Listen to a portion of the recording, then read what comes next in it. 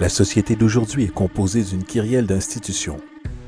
Partant des institutions politiques, institutions juridiques, institutions religieuses, jusqu'aux institutions de classe sociale, de tradition et de profession.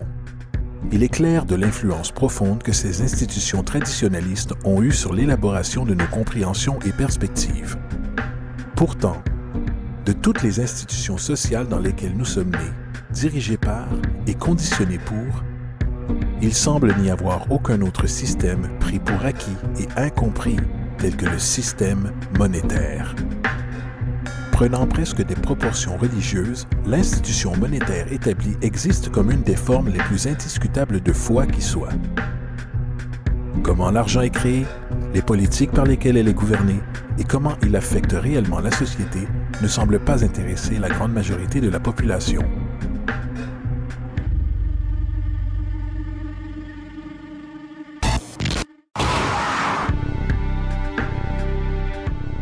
Dans un monde où 1% de la population possède 40% de la richesse de la planète, dans un monde où 34 000 enfants meurent chaque jour de pauvreté et de maladies évitables, où 50% de la population du monde vit avec moins de 2 $ par jour, une chose est claire, quelque chose tourne très mal.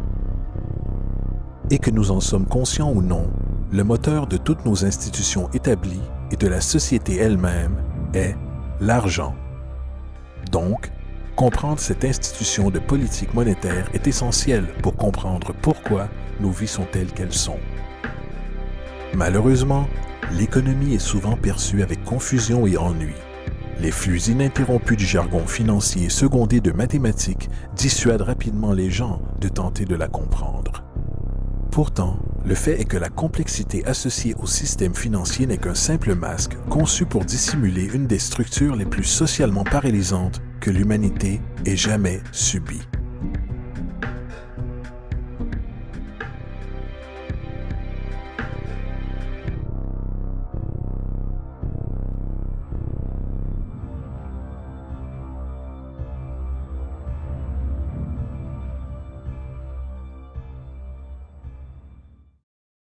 Il y a quelques années, la Banque centrale des États-Unis, la Réserve fédérale, a produit un document intitulé Modern Money Mechanics.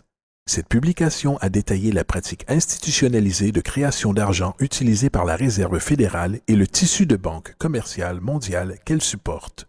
Sur la page de garde, le document déclare son objectif. Le but de ce livret est de décrire le processus fondamental de création d'argent dans un système bancaire de réserve fractionnaire. Il procède alors à la description de ce processus de réserve fractionnaire par l'intermédiaire de différentes terminologies bancaires. Une traduction qui donne quelque chose comme suit. Le gouvernement des États-Unis décide qu'il a besoin d'argent, donc il appelle la Réserve fédérale et demande, disons, 10 milliards de dollars. La Fed répond, certainement, nous vous achetons pour 10 milliards de dollars en obligations d'État. Donc, le gouvernement prend quelques morceaux de papier, il y dessine quelques motifs officiels et les appelle bons du trésor. Il les évalue à 10 milliards de dollars et les envoie à la Fed. À leur tour, les gens de la Fed déploient un tas tout aussi impressionnant de morceaux de papier. Seulement, cette fois, ils sont appelés billets de la Réserve fédérale représentant également une valeur de 10 milliards de dollars. La Fed échange alors ces billets contre les obligations. Une fois cet échange complété, le gouvernement prend les 10 milliards en billets de banque et les dépose dans un compte bancaire. Et de ce dépôt, les billets deviennent officiellement de l'argent légal, ajoutant 10 milliards au stock en devises américaines. Et voilà, 10 milliards de dollars tout neufs ont été créés. Bien sûr, cet exemple est une généralisation, car en réalité, cette transaction se produit par voie électronique, sans aucun papier. En fait, seulement 3% de devises américaines existent physiquement. Les autres 97% existent essentiellement dans des ordinateurs. Maintenant, les obligations d'État sont par conception des instruments de dette. Et quand la Fed achète ses obligations avec de l'argent qu'elle a créé réellement de toutes pièces, l'État promet en fait de rembourser cet argent à la Fed. En d'autres termes, l'argent a été créé à partir d'une dette. Ce paradoxe troublant pour l'esprit, de la façon dont l'argent ou une valeur peut être créée à partir d'une dette ou obligation, deviendra plus clair au fur et à mesure de cet exercice. Donc, l'échange a été fait et maintenant 10 milliards de dollars attendent dans un compte bancaire commercial. C'est ici que ça devient vraiment intéressant. Comme fondé sur la pratique des réserves fractionnaires, ce dépôt de 10 milliards de dollars devient instantanément partie des réserves de la banque comme tous les dépôts le sont. Et en respectant des conditions des réserves comme indiqué dans Modern Money Mechanics, une banque doit légalement maintenir des réserves égales à un pourcentage obligatoire de ses dépôts. Ce qu'il quantifie ensuite en déclarant, en vertu de la réglementation en vigueur, la réserve exigée pour la plupart des comptes transactionnels est de 10 %. Ce qui signifie que pour un dépôt de 10 milliards de dollars, 10 %, soit 1 milliard, est retenu en tant que réserve obligatoire, alors que les 9 milliards restants sont considérés comme un surplus de réserve et peuvent être utilisés comme la base de nouveaux prêts. Maintenant, il est logique de présumer que ces 9 milliards sont générés à partir du dépôt de 10 milliards. Toutefois, ce n'est en réalité pas le cas. Ce qui se passe réellement est que les 9 milliards sont tout simplement créés de toutes pièces, en plus du dépôt de 10 milliards existant. Et voici comment le stock d'argent est gonflé. Comme indiqué dans Modern Money Mechanics, bien sûr, elles, les banques, ne paient pas réellement les emprunts avec l'argent qu'elles reçoivent en dépôt. Si elles le faisaient, aucun argent supplémentaire ne serait créé. Ce qu'elles font lorsqu'elles réalisent un prêt est d'accepter des obligations, contrats d'emprunt, en échange d'avoir, argent, sur le compte transactionnel de l'emprunteur. En d'autres termes, les 9 milliards peuvent être créés à partir de rien tout simplement parce qu'il y a une demande pour un tel emprunt et qu'il y a un dépôt de 10 milliards pour satisfaire les obligations de réserve. Maintenant, supposons que quelqu'un arrive dans une banque et emprunte les 9 milliards nouvellement disponibles. Ils vont alors certainement prendre cet argent et le déposer dans leur propre compte bancaire. L'opération se répète alors, car ce dépôt fait devient partie des réserves de la banque. Soit 10 % sont isolés et à nouveau 90 % des 9 milliards ou 8,1 milliards sont maintenant disponibles comme argent nouvellement créé permettant de nouveaux emprunts. Et bien sûr, ces 8,1 peuvent être prêtés et déposés à leur tour créant 7,2 milliards supplémentaires, puis 6,5 milliards, puis 5,9 milliards, etc. Ce cycle de dépôt-emprunt d'argent peut techniquement continuer à l'infini. Le résultat mathématique moyen résultant est qu'environ 90 milliards de dollars peuvent être créés à partir des 10 milliards d'origine. En d'autres termes, pour chaque dépôt fait dans le système bancaire, environ 9 fois le montant peut être créé de toutes pièces. Money jitters. Ask the obliging Bank of America for a jar of soothing instant money, M-O-N-E-Y, in the form of a convenient personal loan. Donc, maintenant que nous comprenons comment l'argent est créé par ce système bancaire de réserve fractionnaire, une question logique, encore illusoire, peut venir à l'esprit. Quoi donc donne réellement sa valeur à l'argent nouvellement créé? La réponse, l'argent qui existe déjà. Le nouvel argent vole essentiellement sa valeur en stock existant. Comme le stock total est accru sans se soucier de la valeur en biens et services, et comme le stock et la demande définissent l'équilibre, les prix augmentent diminuant le pouvoir d'achat de chaque dollar. Ceci est généralement dénommé inflation. Et l'inflation est essentiellement une taxe cachée sur les citoyens. What is the advice that you generally get? And that is inflate the currency. They don't say debase the currency. They don't say devalue the currency. They don't say cheat the people who are saved. They say lower the interest rates. The real deception is when we distort the value of money. When we create money out of thin air, we have no savings, and yet there's so-called capital.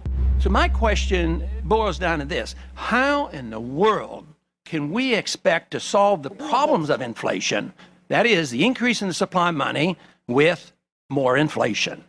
Bien sûr, ce n'est pas possible.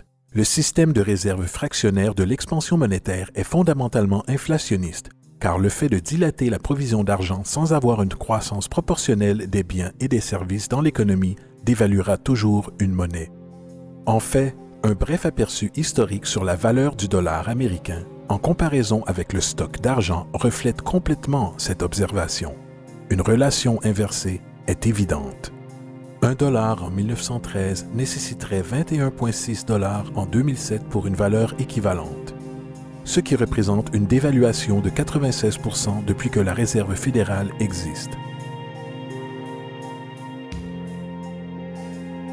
Maintenant, si cette réalité d'inflation inhérente et perpétuelle semble absurde et se mordre la queue économiquement, attendez un instant, car absurdité est un euphémisme comparé au fonctionnement de notre système financier. En effet, à l'intérieur de notre système financier, l'argent est une dette, et une dette est de l'argent. Voici un diagramme du stock d'argent américain entre 1950 et 2006. Voici un diagramme de la dette nationale américaine durant la même période. Intéressant est-il, les tendances sont pratiquement les mêmes, car plus il y a d'argent, plus il y a de dettes. Plus il y a de dettes, plus il y a d'argent.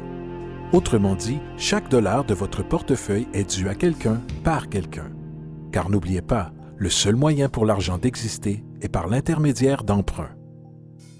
Par conséquent, si tout le monde dans le pays était capable de payer toutes les dettes, y compris l'État, il n'y aurait pas un dollar en circulation.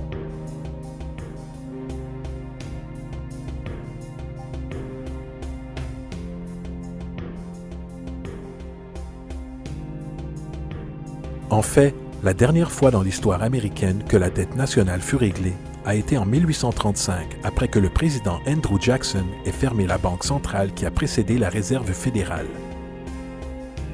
En fait, l'entière profession de foi politique de Jackson tournait essentiellement autour de son engagement à fermer la banque centrale, déclarant sur ce point « L'effort éhonté que la banque actuelle a fait pour contrôler le gouvernement ne sont que les présages du destin qui attend les Américains. Qu'ils soient trompés dans une perpétuation de cette institution ou à la mise en place d'une autre comme elle. » Malheureusement, ce message n'a pas perduré et les banquiers internationaux ont réussi à installer une autre banque centrale en 1913, la Réserve fédérale. Et aussi longtemps que cette institution existe, une dette perpétuelle est garantie. Maintenant, jusqu'ici nous avons discuté du fait que l'argent est créé de toutes pièces au travers de prêts. Ces prêts sur des réserves bancaires et ces réserves sont dérivées de dépôts. Et au travers de ce système de réserves fractionnaires, chaque dépôt peut créer 9 fois sa valeur d'origine, après quoi la dévaluation du stock d'argent existant hausse les prix dans la société.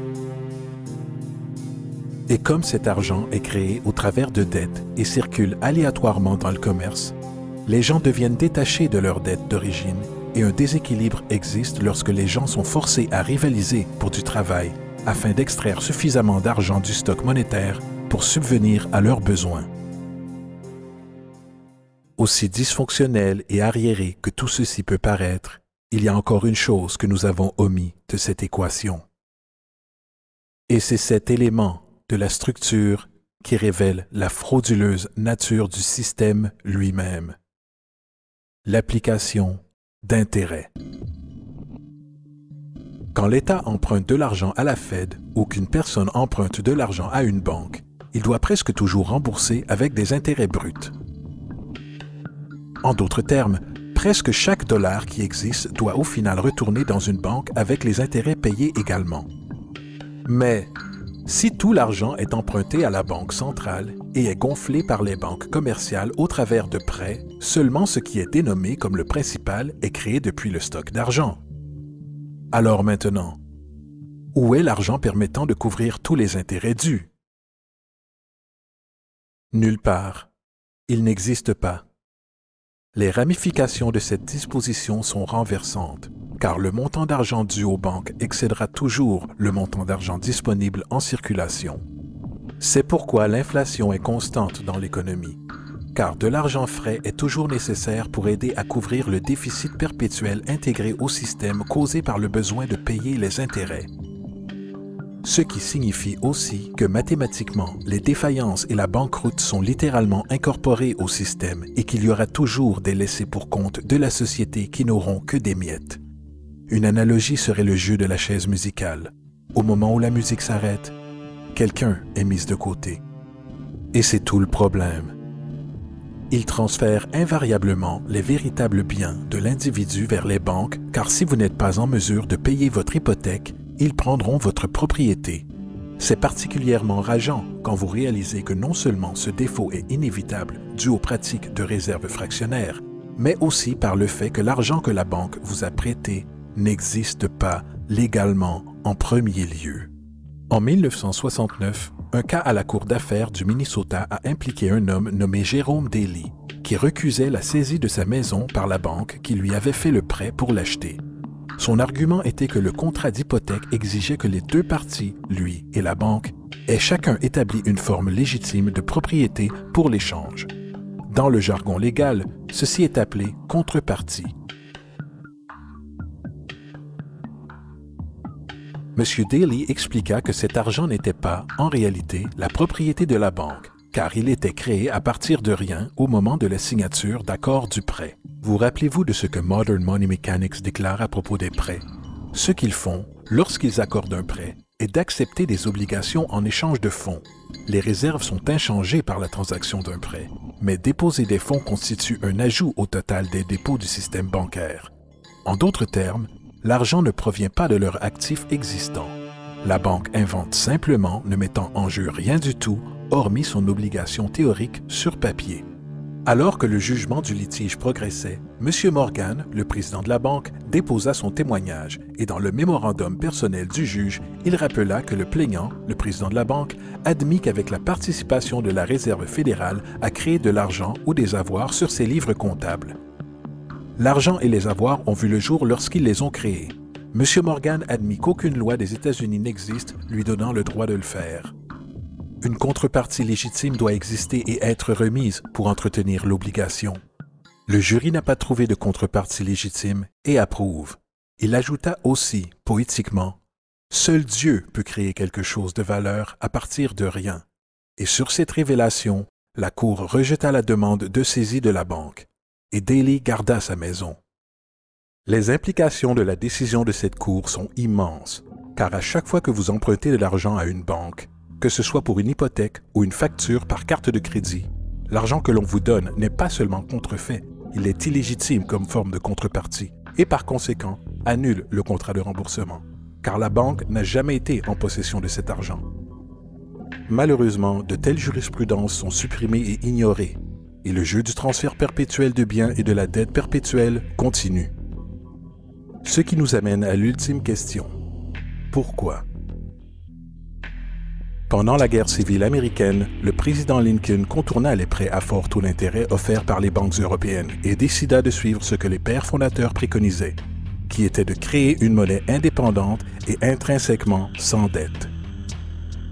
Elle a été appelée la Greenback. Peu après que cette mesure fut prise, un document interne circula entre différents intérêts banquiers anglais et américains, déclarant « L'esclavage n'est autre que la possession du travail et porte avec lui le soin des travailleurs, alors que le plan européen est que le capital doit contrôler le travail en contrôlant les salaires, ce qui peut être fait en contrôlant l'argent. Il n'est pas bon d'autoriser la Greenback, car nous ne pouvons la contrôler. » La politique de réserve fractionnaire perpétrée par la Réserve fédérale, qui s'est répandue en pratique dans la grande majorité des banques dans le monde, est en réalité un système d'esclavage moderne. Pensez-y. L'argent est créé à partir de dettes. Que font les gens lorsqu'ils sont débiteurs? Ils se proposent à l'embauche pour rembourser. Mais si l'argent ne peut être créé qu'à partir d'emprunts, comment la société peut être délivrée des dettes? Elle ne peut pas. Et c'est l'objectif. Et c'est la peur de perdre ses avoirs, secondée par la lutte pour garder le dessus, avec une dette perpétuelle et l'inflation inhérente au système, aggravée d'une pénurie incontournable dans la provision d'argent même, créée par des intérêts qui ne pourront jamais être remboursés, qui gardent l'esclave salarié dans ce chemin.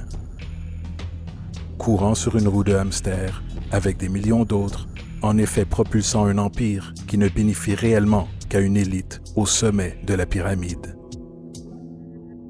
Car, à la fin de la journée, pour qui travaillez-vous réellement? Les banques.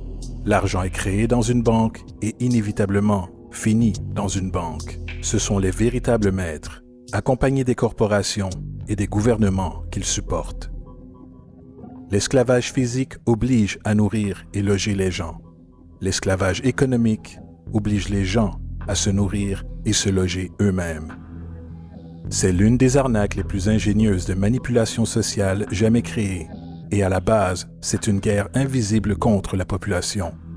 La dette est une arme utilisée pour conquérir et asservir des sociétés, et les intérêts sont ses munitions principales. Et comme la majorité vit ignorante de cette réalité, les banques, en association avec les gouvernements et les corporations, continuent à perfectionner et étendre leurs tactiques de guerre économique, générant de nouvelles bases, telles que la Banque mondiale et le Fonds monétaire international, tout en inventant un nouveau type de soldat, la naissance de l'assassin économique.